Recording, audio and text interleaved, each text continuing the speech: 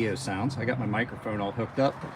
I thought I would take you guys outside though and let you see. It is a beautiful day out here. Beautiful, beautiful day. I was going to do, let's see the roses. I had every intention of doing a, what do you want to call it? A April Fool's joke on you guys. And I had every intention of it. And I decided against it because, well, they never do that well. So, production assistant is out here in the studio, and you're gonna hear some background noise because wife and kid are home. It's spring break. So, we are going to talk about a bunch of things that could be considered, like people would be like, are these a ripoff? So, we're gonna talk about steel. We're gonna talk about different stuff that you'll have around for sharpening, different types of stones, mostly different types of strop compounds, things like that, and lubricants. So we're going to look at them and see if they are a ripoff. I'm going to get you guys hooked up with the power cord. You may hear a bit of a weird buzz, and if you do, I apologize, but it just goes with the territory when I plug in this thing here. So let's get you in this tripod here and get this plugged in. Weird buzz? No weird buzz? What's going on here?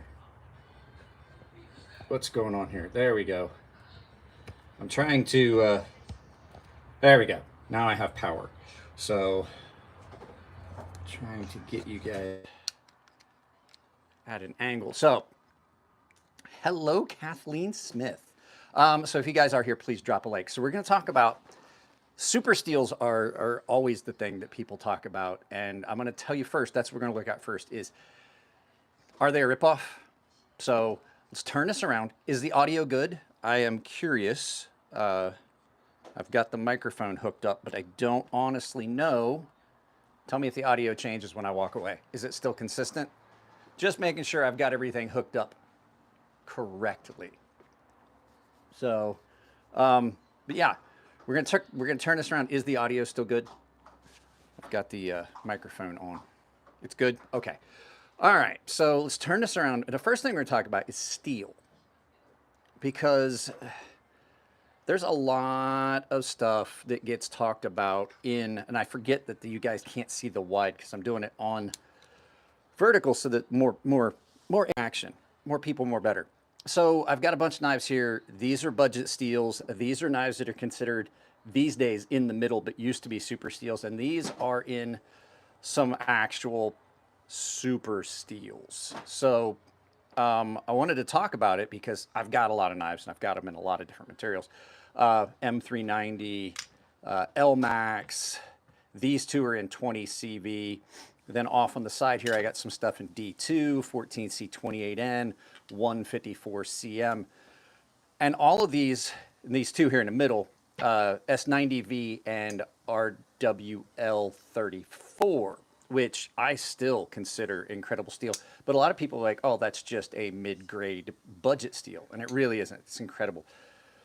But the thing is, when I'm talking about it being a ripoff, I'm not saying that they are a ripoff, but when you really look at it, is it,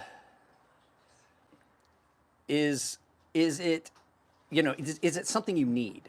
They're going on the marketing. ATS, so Palmer Connolly, does anyone still use ATS 34 in production knives? I don't think so. And if you watch the video I did where I did an interview with Bob Trezzola, I have a knife in ATS 34. It's right here. It's a beautiful steel. But basically, if you talk to Bob, when I talked to Bob Trezzola, focus. This is a beautiful custom Morgan custom knife. 154CM is a production version, the new version of RWL30, or not, sorry, of ATS 34. But what I was going to say is, so on this table, I have some really expensive knives here and here. Well, this one is, that are done in you know, these ones are done in what we consider a super steel, 20 CV. 20 CV is one of those super steels. Let me make sure here, let me wipe the lens off for you guys here. That might help with my focus issues. So these are in 20. These are in 20 CV. This one is in M390, and this one is in LMAX. Is this? This is in LMAX, right? I believe. Yeah, LMAX, which was one of the first super steels that I ever purchased. Yeah, Palmer, there is a video. You can go find it. It's on my, there's an actual Bob Terzola playlist on here.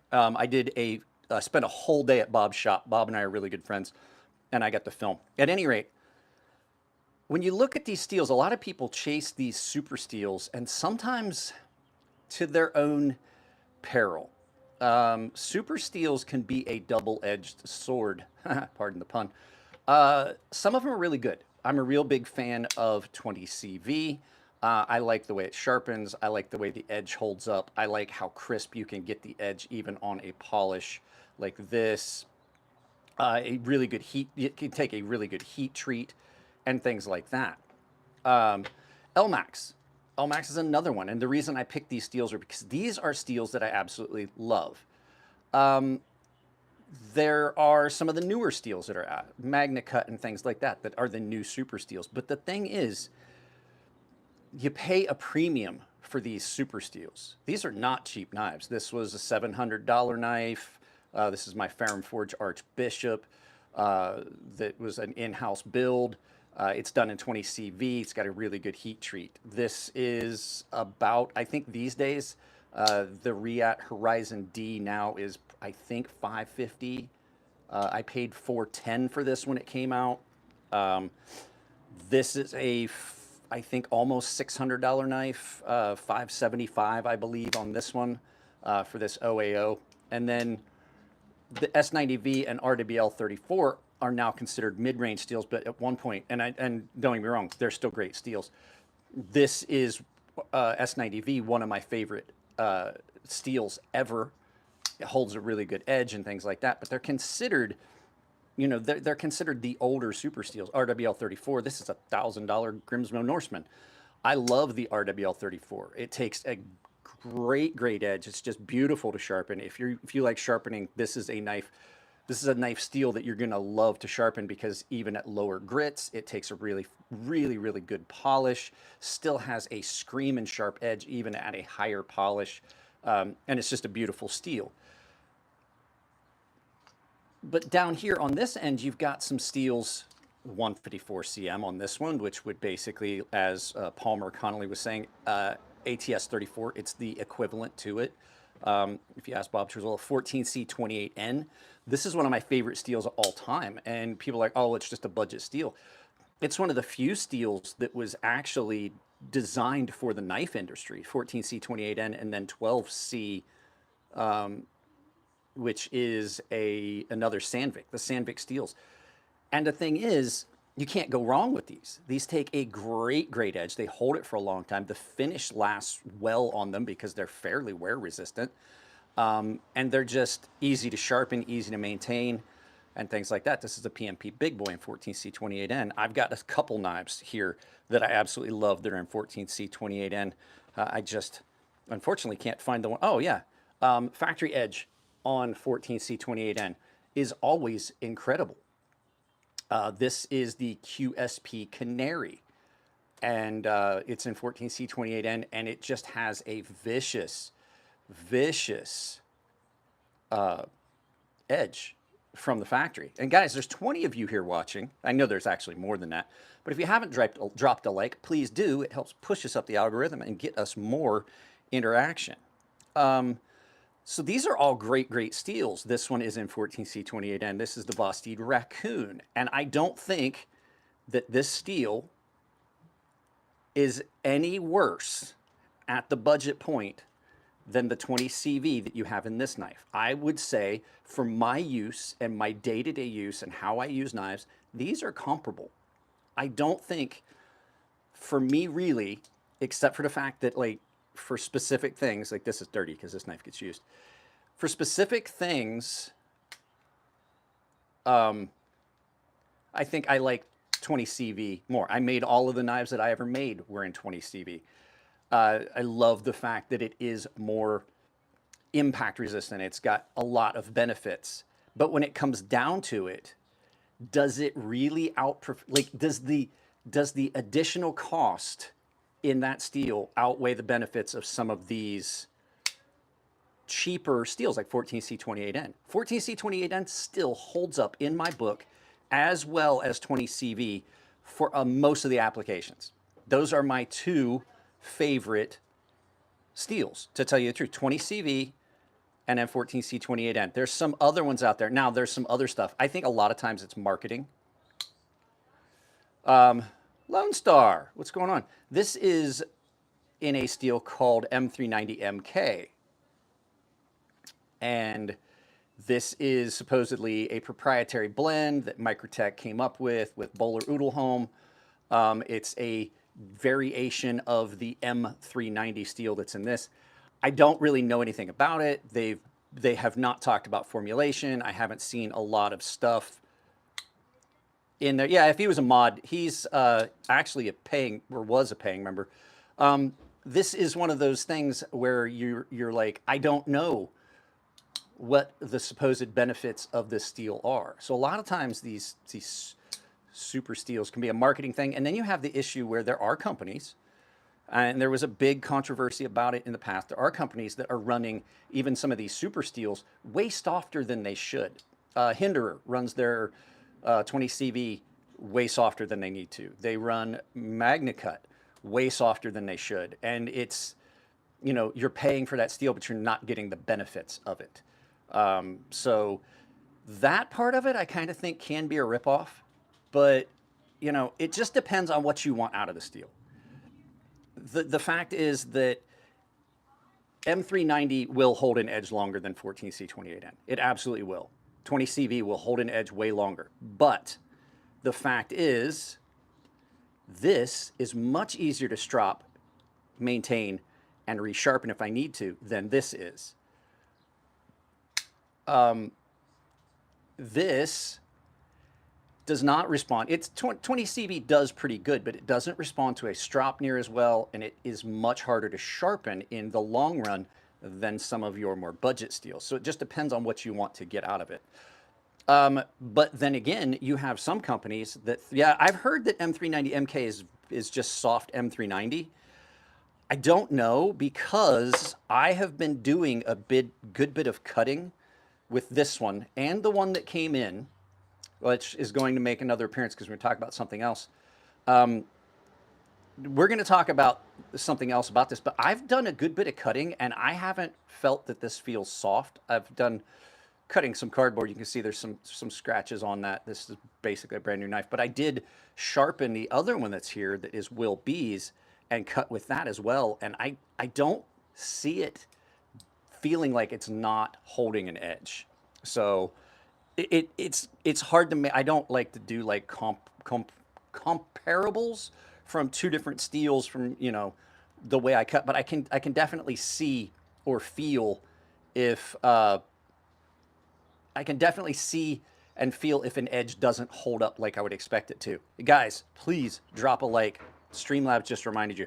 Drop a like. It helps us through the algorithm. It definitely does. And if you guys feel like dropping a super chat, by all means, you can support the channel that way. There are companies, however, that are like the polar opposite. We talked about companies running steel soft and things like that.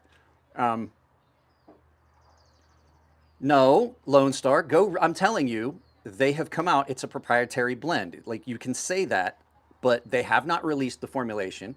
And Microtech and Bowler say it is a different formulation of their M390 steel. So that's not true.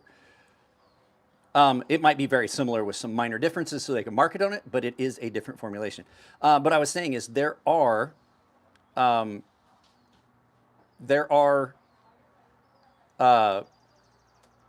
some companies that definitely do budget steels and do them well. Cold Steel is a company that, I saw Knife Steel Nerds thing, but they didn't, it wasn't really clear. And the fact is, even if there is a change in carbon, I see Palmer. Laren did test it, but the thing is, it doesn't take much of a change in anything to get you some marked differences in steel. But what I was saying is the heat treat that cold steel does, they really maximize what they get out of some definite budget steels. This is AUSA 8. AUS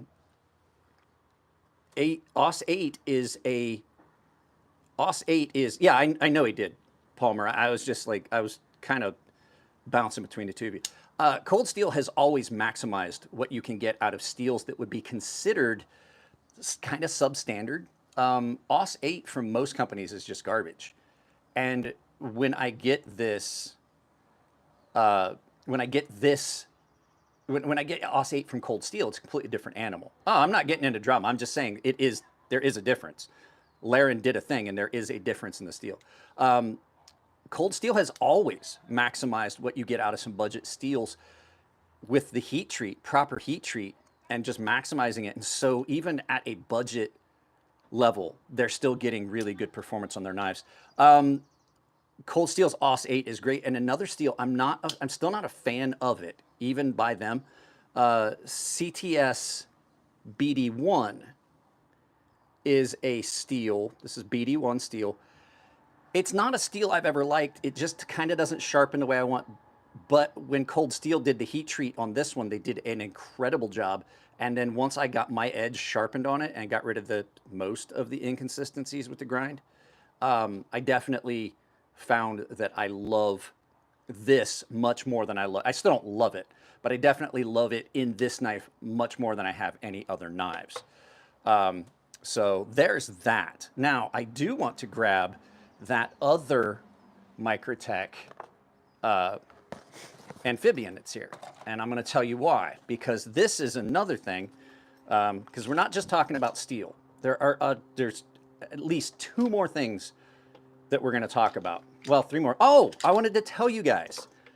There is a chance that the drop point version of my Sea Snake may be coming out. I am talking with the folks over at KATSU Knives about releasing that fixed blade. So in here is, I did have another steel. Some companies do a really good job with it. This is in Nylox, which is basically a rebranding of N690. N690 is a steel that gets a lot of crap, and I absolutely love N690 if it's done well, and this has got a very good heat treat on it. This is that Lion steel. I think this is the M5. I can't remember. But the heat treat on this is just incredible, and the edge that this takes is insane.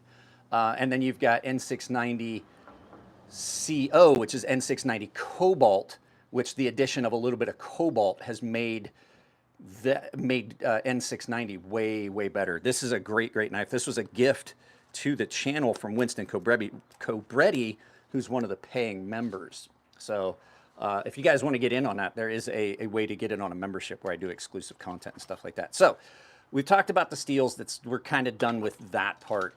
But this is another thing that I wanted to talk about. So this is Will B's amphibian N690 M390 MK. These knives are the same. I like this knife so much, I bought my own. But the difference here in these 2 knives is this one has skiff bearings.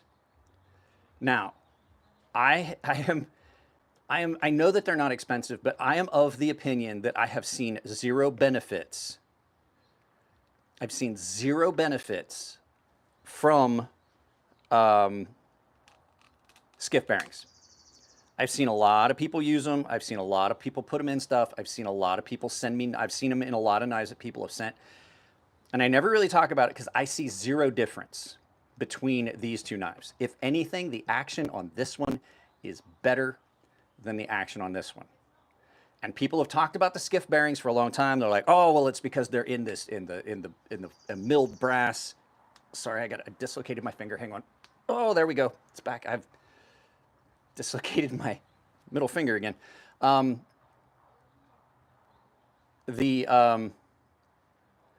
The bearings, the skiff bearings, they're basically in a milled race with the bearings. And I know they're not expensive, but the fact is that, pardon me, with with them being in, I see zero benefit. And as a matter of fact, I've seen knives get worse. I've seen the action be worse. The action on my knife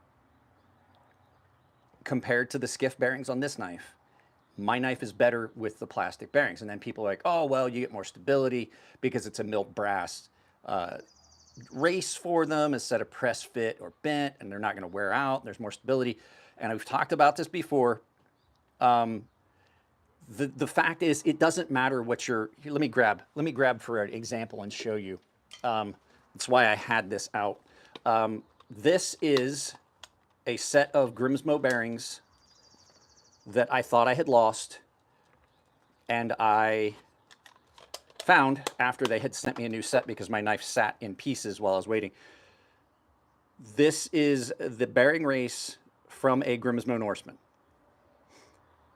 Those are ceramic bearings set in a plastic race. The fact is, when you look at how this sits, the plastic does not touch anything inside that knife. The blade and the scales pinch in between, and you can see that is free rolling. That's because what accepts the friction and accepts the pressure and what gets squeezed in between is the actual bearing itself, the balls. There is nothing to do with what the material of the race is. Some of the smoothest knives I own have got the punched out bearing race that's bent over with just a piece of copper, that's just a piece of sheet metal that's bent over and put in there. And it's definitely a gimmick, in my opinion. Now, if you want to buy them, that's fine. And who said that? What was that? Somebody, I saw that. Yeah, transparent knife. Skiffs only make a difference if the original bearings are bad. If you're getting a quality knife with quality bearings, the only thing that's going to make the friction in that knife is if the bearing race is pinched too tight and you've got bearings that are sitting there that aren't actually rolling, or if you've just got gritty, shitty bearings. These are not gritty, shitty bearings. Hang on, the dog is over here trying to eat my phone cord. Leave it be. What are you doing? So, yeah, they're not expensive. I think they're like 15 bucks for a set, but the fact is, skiff bearings are a problem looking for a they are a solution looking for a problem that doesn't exist. And hey, you know, drink water. I like your new sunglasses. Yeah, my TMS titanium sunglasses. You can actually see really well out of those, to tell you the truth. They are a solution looking for a problem that doesn't really exist. That's $15 that I could definitely spend on something else as opposed to dropping into that. There's a lot of things. Gas is expensive these days. $15 puts about an extra 3 gallons of diesel in my Volkswagen. So I don't think I would ever be purchasing. I'm trying to make sure which one's mine. I don't think I would be purchasing the skiff bearings, in my opinion. I think that they are definitely, they're definitely a gimmick. They might have their place. Like I said, if you've got a if you have a really cheap knife that has crappy bearings, then yeah, by all means, you may want to get something like that. But I'm going to tell you, this is I think these were $50. This was given to me free. And the bearings, like, I have not had many knives that had shitty bearings. I really haven't. I can't think of, I mean, once I started getting knives with bearings, maybe when I first got some older knives that had bearings, and it was one of the, the beginning of the bearing evolution in knives, maybe some of those were bad. But like I said in the live feed the other day, when we were talking about skiff bearings, IKBS didn't even have a race. And you lost no stability. It was just bearings in a track. So skiff bearings, in my opinion, and the skiff knives are great. They're not my cup of tea. I do appreciate the grift and getting stuff and the marketing and things like that. I just don't see them as anything that I would ever purchase. So there's my take on the skiff bearings. I do think that they are just kind of. I just don't think they're worth the juice. Isn't worth the squeeze. Um, and trying to figure what is this. You guys ever have that? I know what that is. It's acetone, or not acetone, rubbing alcohol that just hasn't evaporated. I had parts sitting. I need to pour that back in my alcohol bottle. So yeah, skiff bearings, just not my thing. But there is something that I think a lot of people will tell you. They're like, oh, they'll tell you, oh, I think this is a ripoff. And I'm going to tell you, I am of the opinion that it's absolutely 100%. It's one of the best things to come out in a long time in the knife industry, and it's the KPL lubricants. You have 3 different weights. One's meant for your detent ball. This is meant for ultralights. That you're not ultralights out the fronts, and switchblades, something you need a really, really light. And then the original, and it lasts forever. As you can see, I think I have never bought an actual bottle of KPL. Ryan has sent me several bottles. I think this is the 3rd bottle I've had. But since it's running low, I will be buying some. I really don't want Ryan to keep sending me stuff for free. I appreciate it, but the fact is, it's great. But the KPL knife pivot lube, one lasts forever. You're gonna lose your bottle of KPL before you run out. And then the other thing is, it absolutely is one of those things that does exactly what it says. And even here we go. KPL products, all of them. This is their knife shield. I talked about this in a video the other day. This is probably, if you've got knives that are knives, knives, if you have knives that are prone to rusting, this is something I would recommend. It's not as good as the other thing that I've got over here that we talked about before, which is this Carnivora blade wax. Like if you've got like something that you know is going to rust quickly, this is the way to go. And it as well is food safe. It is a food safe, as are these food safe.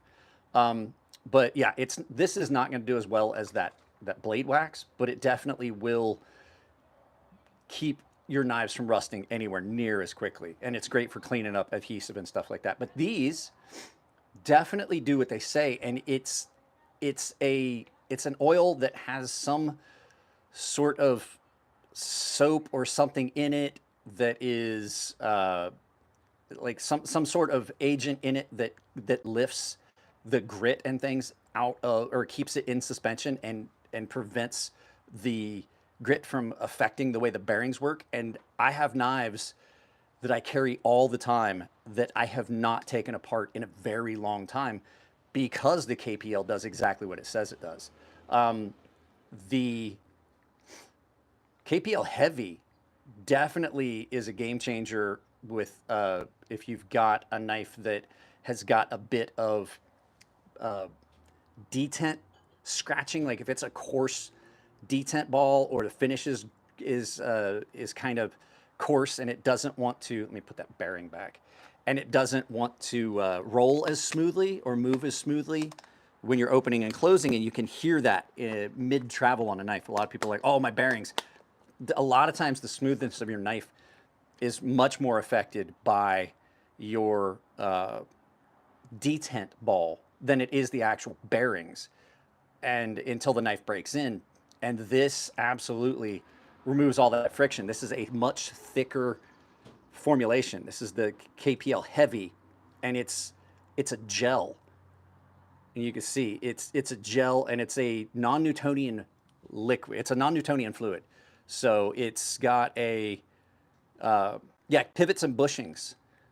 You can use this in lieu of grease on some knives. I don't recommend it for a lot of knives. Like the best lubricant I've ever had on my Sebenza is the fluorinated grease that they send with it.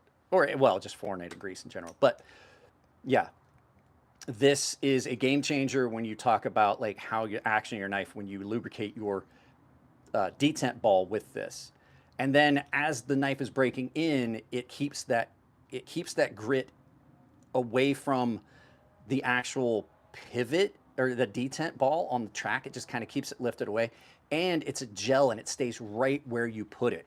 It doesn't move around. Like if you put this, I screwed up and put this on the bearings of one of my knives one time, and it's so thin that the capillary action, by the end of the day, there was oil like all the way down the blade, and I had to take the knife apart, and I was like, oh, I definitely used the wrong KPL. So this is what I use on my OTFs, on my switchblades. So these absolutely not a gimmick. I can't recommend the KPL stuff highly enough. And Ryan's just a great dude. I've met him a couple times. He's been awesome all the times I've talked to him. I do not have an affiliate. Is that a little Barrett? Why, yes. That's a little itty bitty Barrett. Goat Guns was a sponsor at one point, and they were really hard to work with. Well, they were an affiliate at one point. They were really hard to work with. They did send me this. There were a lot of weird terms and conditions, and I never really even utilized my affiliate link, but they did send me that to do a review of. And I was so disappointed with how poorly everything went together and how hard it was to actually make it work. I actually had to rethread holes and stuff. It was like, you know, when you order something from Amazon and it's all metal and you go to put it together and none of the holes line up, and you're like, I gotta thread these holes. Like I need a tap and die set to put my stuff together. That's what happened with this. So, but yeah, it is. It's the almighty. It's the Barrett. So, any rate, yeah, I don't even have Titanium Justin. Hello.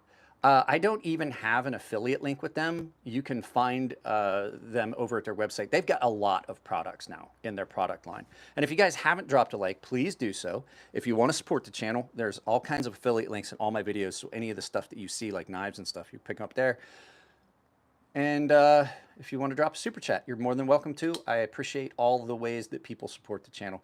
Absolutely. I'm in love with this knife. I'm in love. Oh, I wanted to show you guys something. So I'm going to do the video about it. Somebody told me that I should run this dry right here.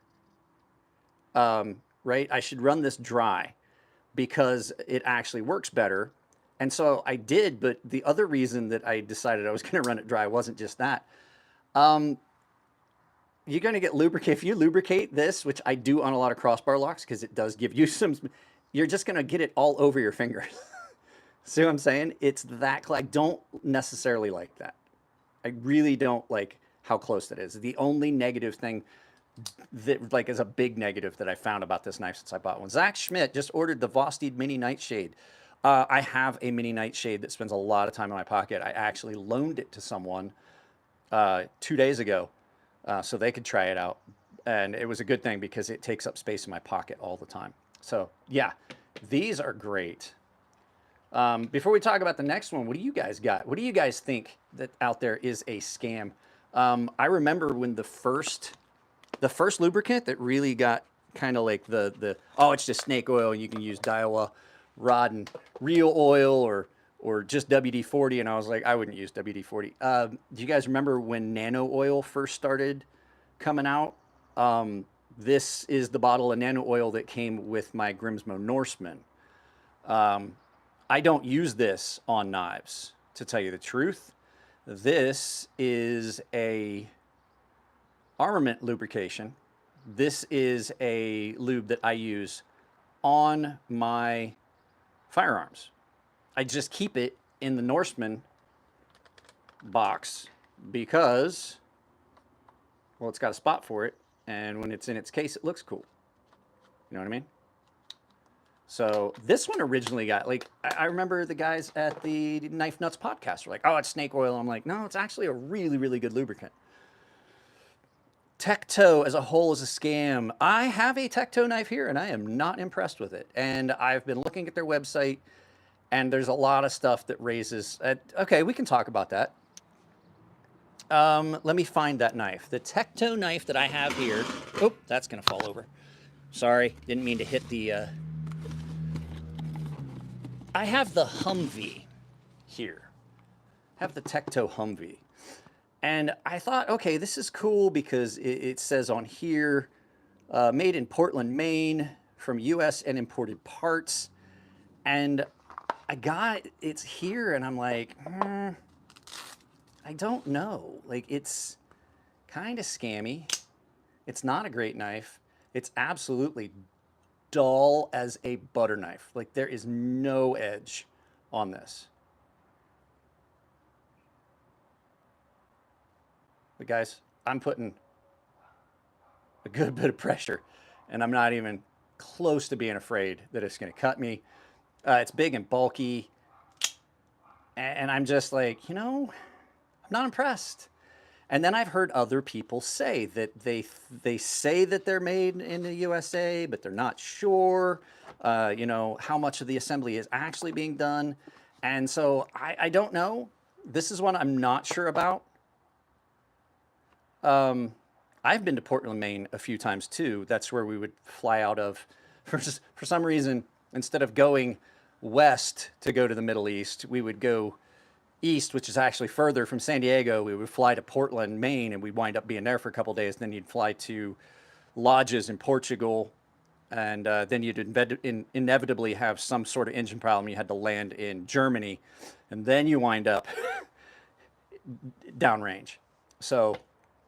hello from Canada, carrying your Urban EDC F5.5 blacked out version today.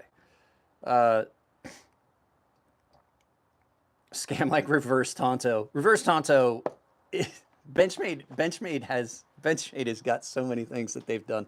Benchmade took a existing knife shape, and I think it's the K point. I can't remember. What the actual blade shape is. It was a different type blade, but the K-tip. There you go, K-tip. And they started calling it a reverse Tonto, which is ridiculous because there's no such thing as a reverse Tonto. It's like modified Warncliffe. It's either a Warncliffe or it's not a Warncliffe. So, what's up, kiddo? Oh. You're going to have to take the stuff out of it. It's that Kellogg's box. So if you take that stuff out... Sorry, my daughter's looking for something. No, it's too big? Then get that Amazon box on the bottom. Just take the cardboard out of it and set it on... You just pull all that stuff out. Sorry, guys. Sorry. Huh? Okay, sorry. That's what I got. She wants to take her computer out in the yard, and it's too bright. She wants a box to put it in so it blocks the sun and keeps her thing from getting... So, yeah, Benchmade. The K-tip, which is a very good blade shape if done right, but Benchmade. Okay, here we go. Here we go. You guys ready? This is going to piss people off. I am going to tell you that I believe, and this is going to piss people off. I'm going to tell you guys, I believe where Benchmade is a ripoff. There was a time I wasn't sure about TKL knives. I couldn't have been more wrong. Yeah, Tim is great.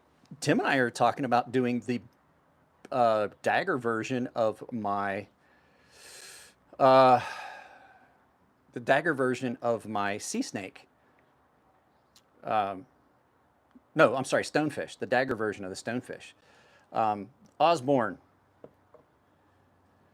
Any Benchmade at this point is a ripoff. You're paying way too much for shitty quality control. You're paying way too much for something that's done poorly. That's not done as well. I gotta let the dog in the house. It's not done as well as so many other knives on the market that are being done more cheaply. And everybody's like, well, yeah, but they're American made. And I'm like, I really don't care. To tell you the truth, I don't care. Their knives are going for anywhere. between I can't even remember, between $300 and $700 for knives that are not good. To put that in perspective, this was $302. This is an American-made knife. This is probably one of the best American-made knives out there. Microtech is a great company. They get it right almost all the time. A lot of people are like, oh, they've got quality control problems. I have not had a single issue with quality control, save 2 minor ones that was not corrected by the company. Like, oh, they got shitty customer service. I have not experienced that. I think it's a bad rap. I actually did a video about that. Benchmade are a ripoff. They're a ripoff. They're a whole. They started off good, and I know that my buddy Bob Truzola really was integral in the start of the company. He talks about that in the video interview I did with him. It's an hour long. You guys definitely should go and watch that.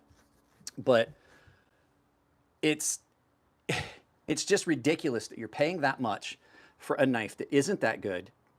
The action on this one is only free and smooth because, let me see if I can you see how much play is in that?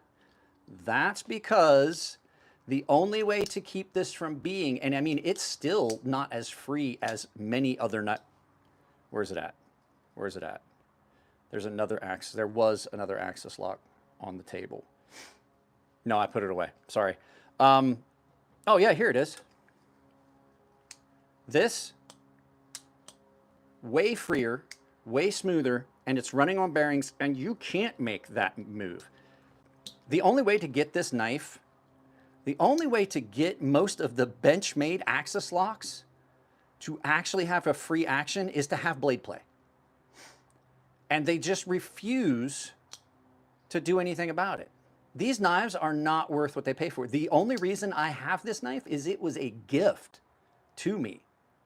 And it had a screwed up, worn blade that somebody had sharpened down almost to nothing. And I was at a knife show. I was at the Blade Show West in Portland, Oregon, and one of my followers was like, hey, I'm gonna give you this knife. All you have to do is get a new blade in it. Benchmade did put a blade in it for me for free. And now I have 2 blades because this is an S90V blade that came out of another Benchmade that was given to me. What's up, Jared? So yeah, Benchmade, in my opinion, it's a ripoff. This wasn't one I was going to talk about. Like, there are so many companies that are doing Benchmade's basic overall stuff better. And like I said, I don't care that they are an American company, because I don't care that that's an American-made knife, because this is an American-made knife at about the same price point, and this is so much fucking better. It really is. Everyone, yep, there you go. Zachary Smith says it. Everyone is doing an axis lock better than Benchmade. Benchmade's in trouble now that their patent expired. You know what other patent expired? Compression lock. Other companies, you're going to start seeing it. Other companies are going to start doing compression lock, like this knife that belongs to Jared that I still have to get back to him. This is basically a button compression lock. I love, I'm sorry, this isn't Benchmade, it's Spyderco. So yeah, this is another patent that recently expired. You're going to see companies using it. This is great. I knew that it was Spyderco, I'm sorry.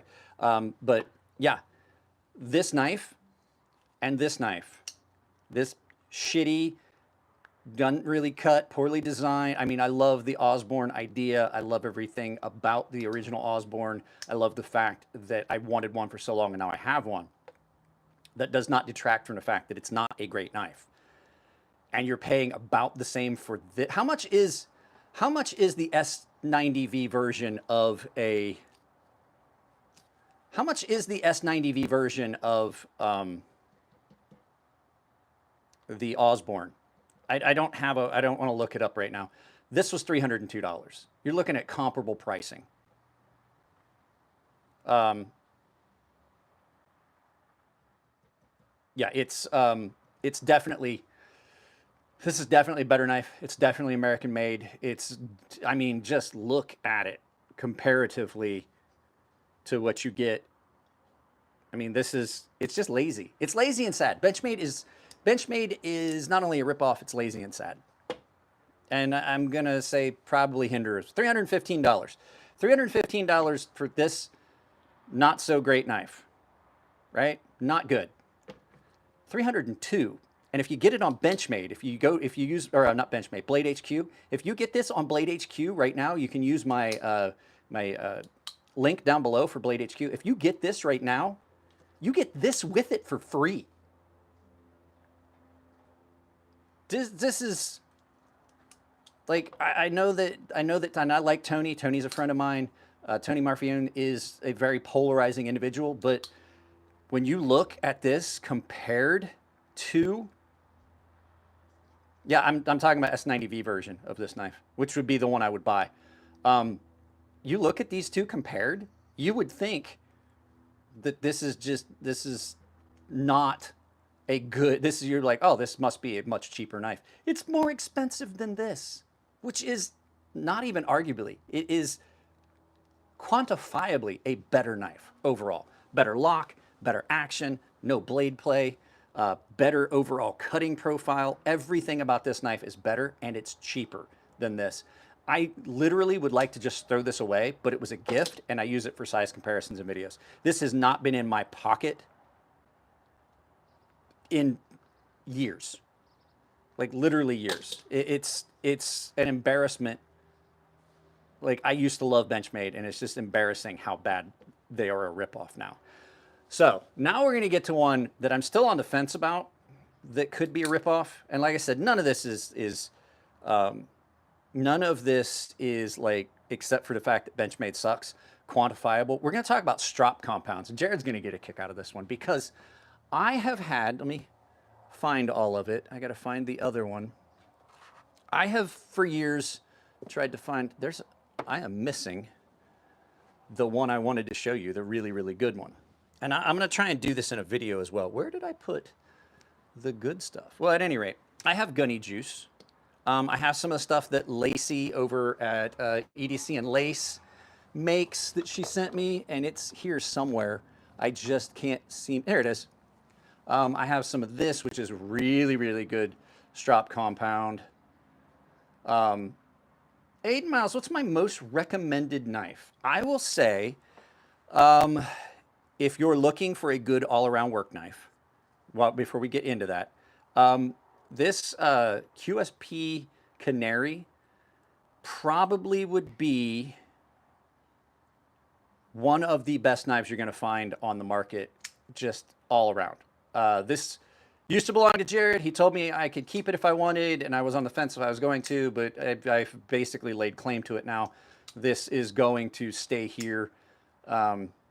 I would say this would be, like, if you're just looking for a good all-around knife, this would be the one. And if you're looking for a good small fixed blade, not to toot my own horn, I designed one for the Artisan Cutlery Company called the Sea Snake, and is a great little Warrenclyffe. Unfortunately, I don't have one in reach, I don't believe.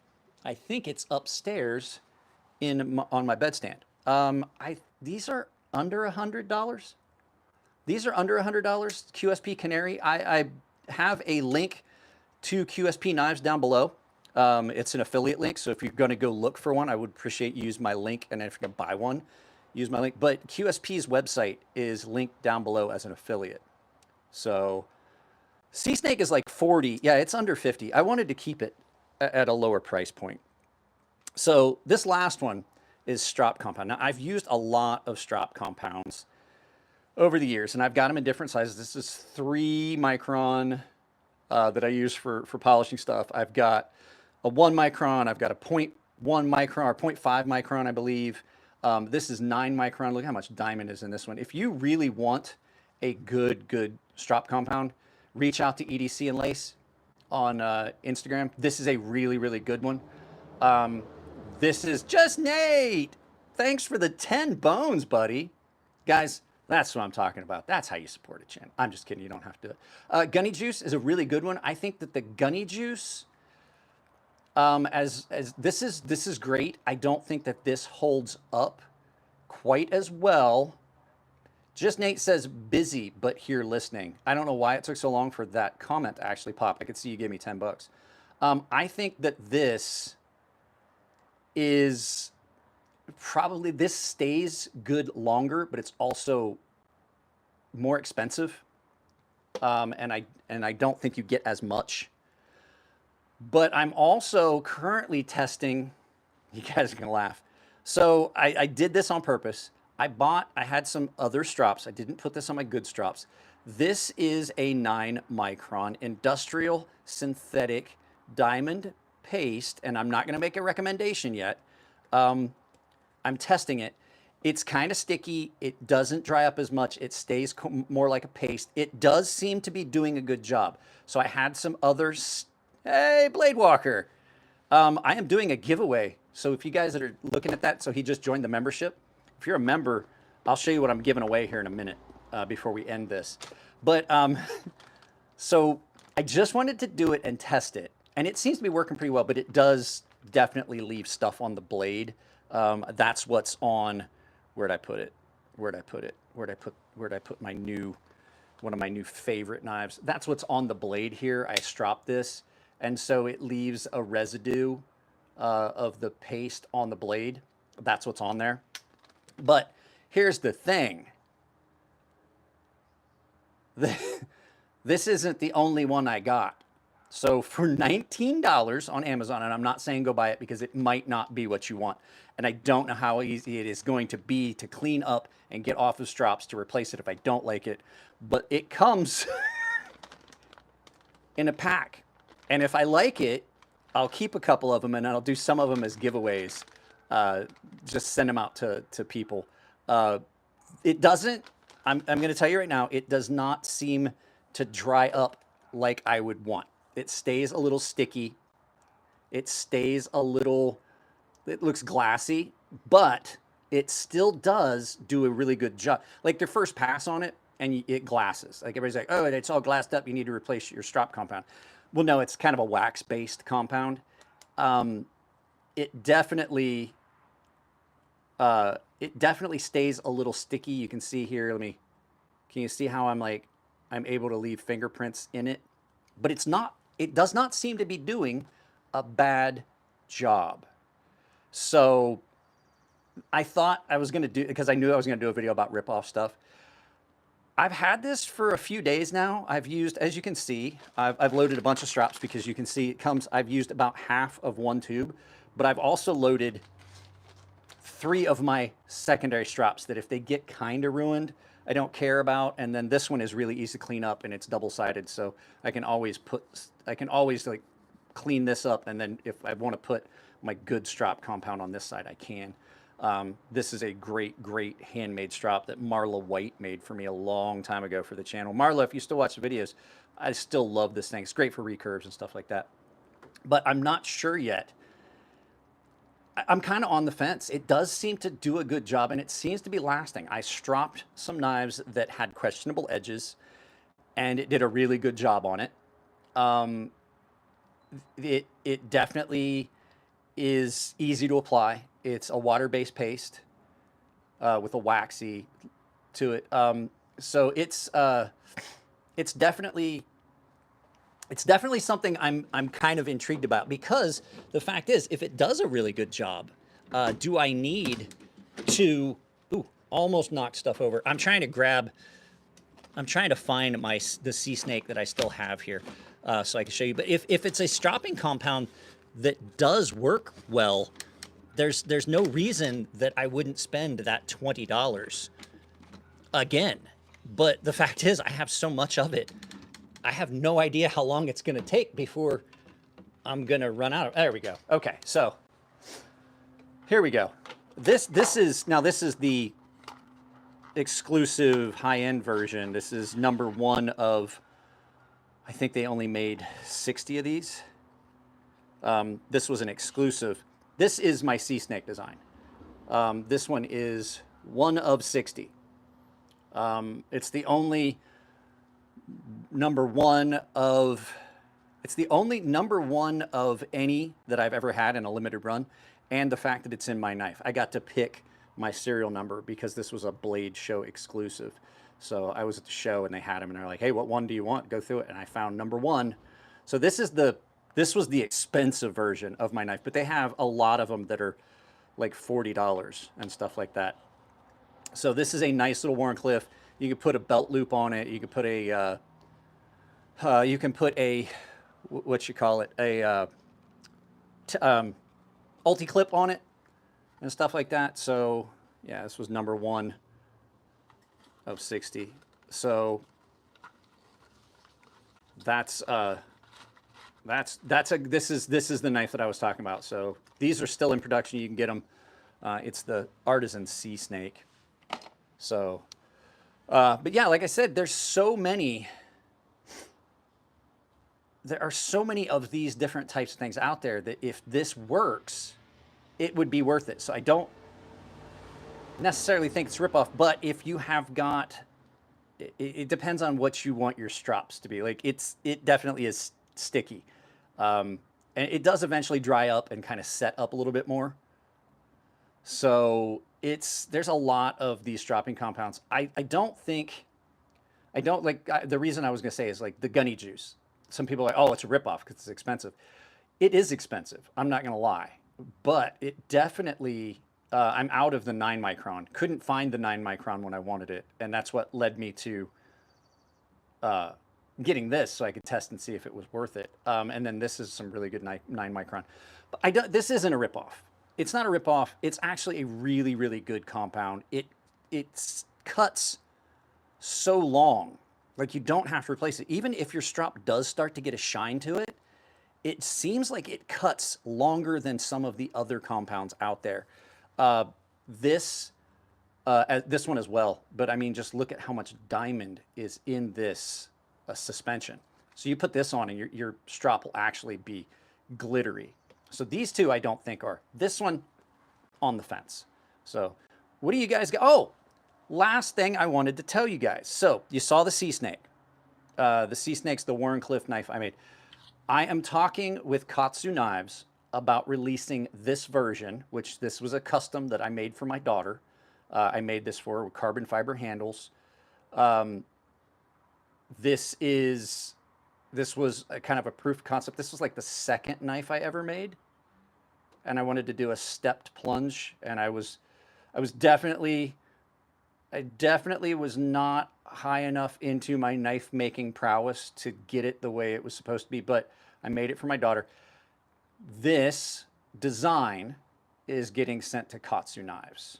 So if you guys know anything, I love the KATSU Knives stuff. This is something that I'm going to send them the design, and we may talk about it coming out as a production version of my daughter's original knife. So this came actually before. This came out before the actual Wharncliffe version. This one, this was in, I don't even remember. I want to say maybe 440.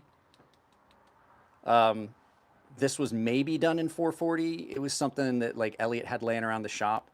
And I did this for my daughter because at the time I had just quit my government job and I was just starting to make knives, and the YouTube channel wasn't providing any income yet. And I wanted to give her something and I couldn't afford a birthday present. So I did this. I spent like 2 weeks at the shop getting this all done and then getting a sheath made for it. So this was a gift for my daughter that she could have something just to remember when she gets older that, you know, hey, my dad made that for me. So, oh, sorry.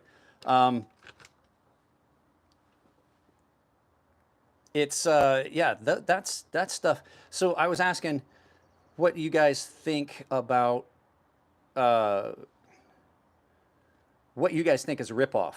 And while you guys are doing that, I'm going to show you guys what the paying members are getting. I haven't done the giveaway video yet. I'm going to try and get it done this week. It was supposed to be done last week, but we got so much stuff going on with my wife being home and my kid is off and she got accepted at college. This is what I'm giving away to the paying members for the first quarter. I try to do a giveaway to the paying members every quarter. You've got to be part of the Discord Well, it's gilded. That's where I announced the winner. I will do a members only post, but I'm giving away this QSP Legatus in M390. It is a collaboration with them with Dutch. It's Dutch. I can't remember. I can't remember who DBW is. It's there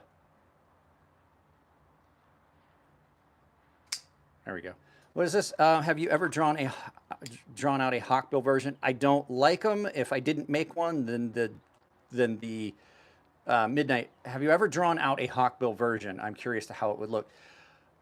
I never drew anything. I made the knife, and then if it was something that I felt was a good design, I would then sit down with Elliot Williamson and we'd put it in CAD, and I would have the step file that then I could try to get put out. What is this? I have a message that was held for review. It says view message. Well, it's not letting me view the message, so I don't know who said something that might be questionable, but it got caught in the YouTube filter. I've got things set up for specific things. Yeah, this is what's going to be the giveaway for paying members, and I will put up a link when I get off of here. I'll do a. I love this knife. I just never carry it, so I figured why not give it a new home, rehome it. So I don't know what it's saying to view the message, but it's not letting me view the message. I don't know. I have filters for stuff so that the chat stays kind of family friendly. And contrary to popular belief, you can get your feed taken down from comments and get it demonetized and things like that from the live chat. Sorry, I'm just wiping off this blade. That stropping compound, this one here, it did a really good job. So this is 20 CV, and a nice thing about 20 CV, and you know, we were talking about ripoffs. 20 CV is one of those steels that will take a very polished edge, but stay bitey and aggressive, just like 14C28N. So that strop compound, as much as I say it's sticky and it sticks to your blades, I literally sprayed it with some rubbing alcohol and wiped it off, and it's fine. And that is a very aggressive edge. So I like 9 micron. That's just about the perfect grit for blade maintenance. Guys, if you haven't dropped a like, please do so on your way out. That way more people see this on the backside. There will be a video going up tomorrow. I think it's going to be an older video. I want to explain something before you guys go. You're going to see some older videos that obviously are older. And the reason is, the reason for that is, I have some reason I keep getting copyright claims on some of my videos. And it's got to be something in the background, or it's got to be a sound effect I'm using. And I found that if I put the video up and then it gets, if I do an appeal, if there's any income on that video, if somebody's already watched it, even if it's like 10 cents, that company will then say, nope, it's ours. We don't care what your appeal says. If I take those videos that have copyright claims, I do the appeal and no one ever watches it, I leave them as in draft, then the claim expires, nobody responds to it. And so you're going to see videos that I filmed more than a month ago that are coming out. But I'm also going to put in some of the new ones. The audio will be bad on the new one, on the older ones, because I didn't have the cameras yet. Big shout out to Jared for recommending the microphone. I'm sorry, not camera, the microphone system I'm using. I didn't have the microphones yet. Big shout out to Jared for giving me this recommendation. These are absolutely awesome. Now that I have all of the adapter cords and everything that I need for it, I can do it while I'm live. I'm currently charging everything except what I'm wearing. The current microphone that I'm wearing is not charging. My phone is charging. I can do it on my phone like this. Big shout out. If you don't follow his channel, absolutely do. So what is it? I asked him as well, but no help. What are we talking about?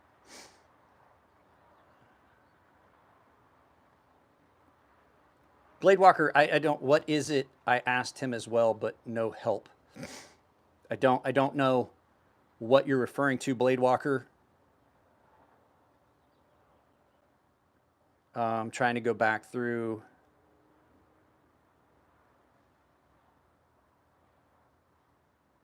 Oh, Mike. So this is the Rode 2.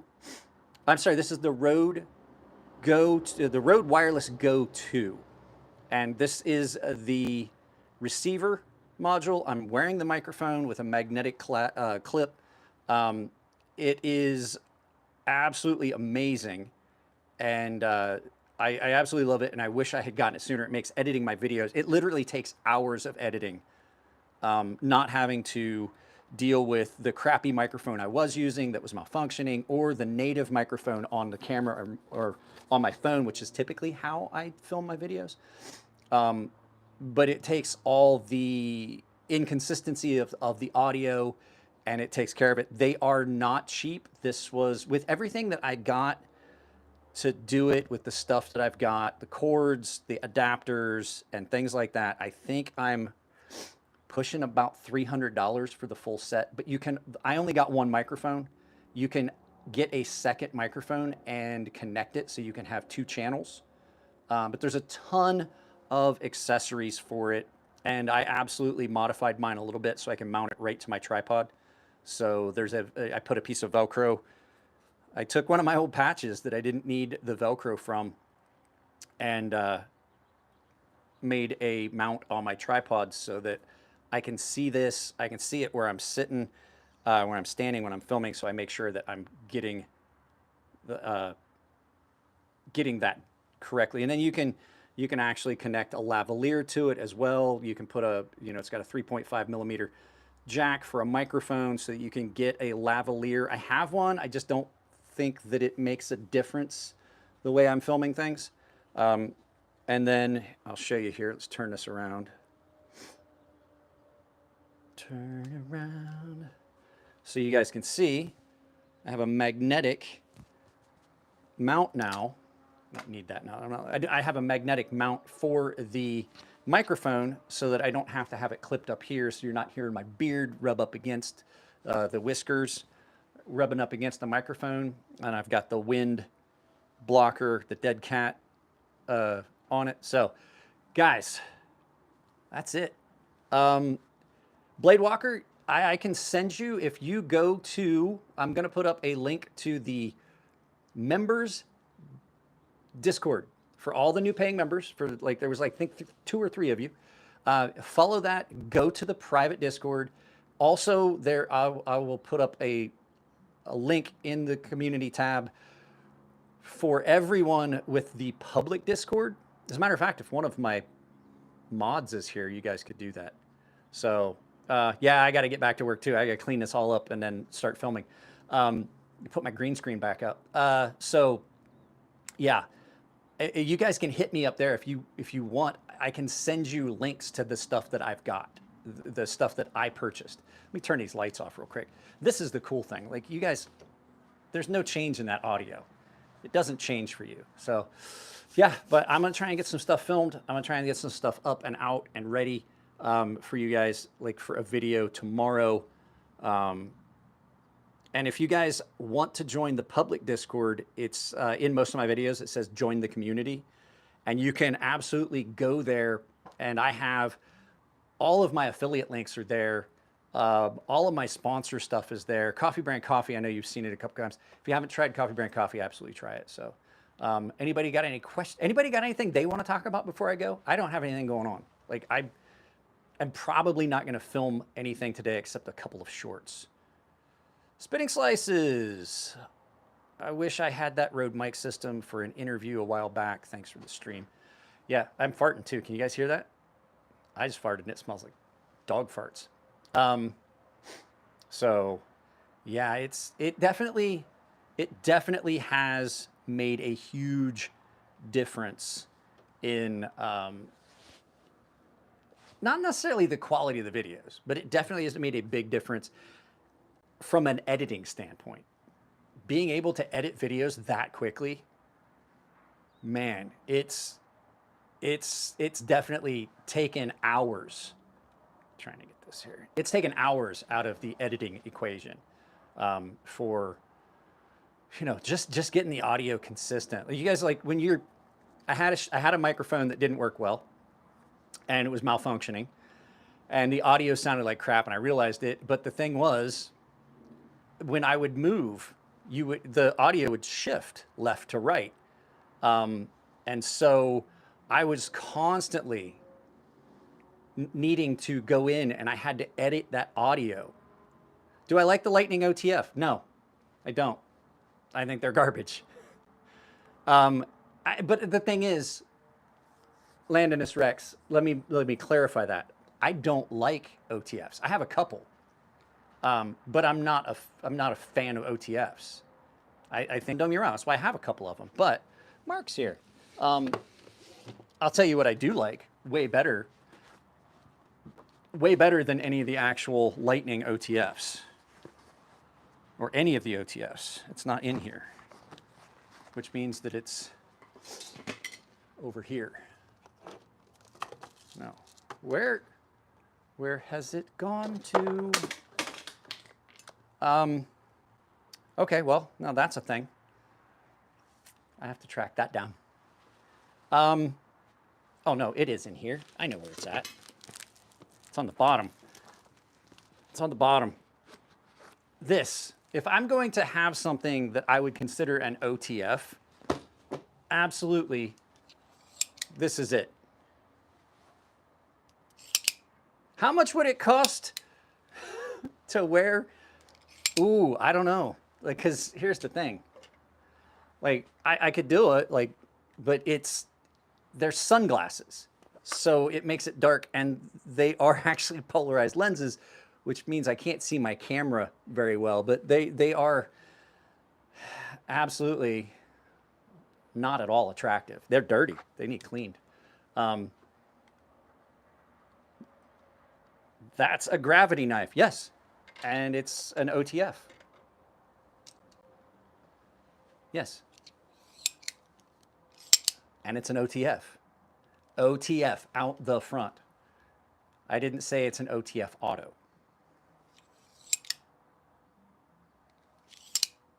Because the blade comes out the front. Hence the acronym OTF. That's why you guys look all hazy. I did not clean that front-facing camera. Give me a second, I'll get that. Allow me to rectify that. So,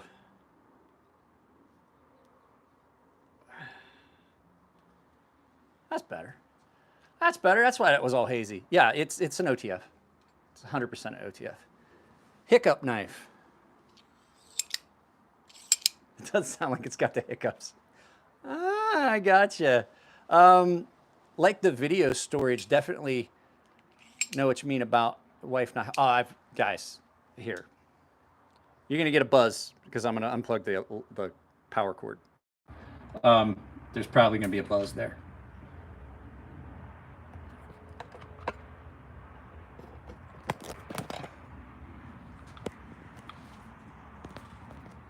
Hang on.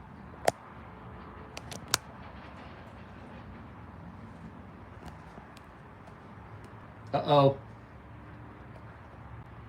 I think we're having audio issues. My, for some reason, my microphone didn't want to connect.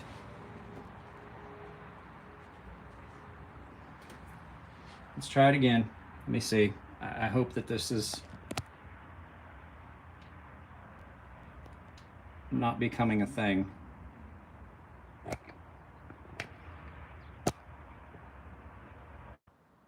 There we go. Now we're back. Sorry about that. A little bit of technical difficulties. It happens on these live feeds. Guys, there are so many knives that are here at any given time. My personal stuff that's here, different stuff that's here that's not got actual animal cuts in it. This is stuff that, like, dog toys and stuff. This is all my stuff here. That's all my stuff down here. Those rolls are full. The knife case there, all these knives that are out, it gets to be unmanageable at times. It gets to be unmanageable at times. It can definitely become a problem. You guys want to go? You guys want to see outside? Let's go for a walk. I don't necessarily want you guys to see my license plates, but keep my shoes on. It's a beautiful day out here. In case you guys are in the cold and nasty Midwest, it's a beautiful cloudless San Diego day here. So at any rate, yeah, it's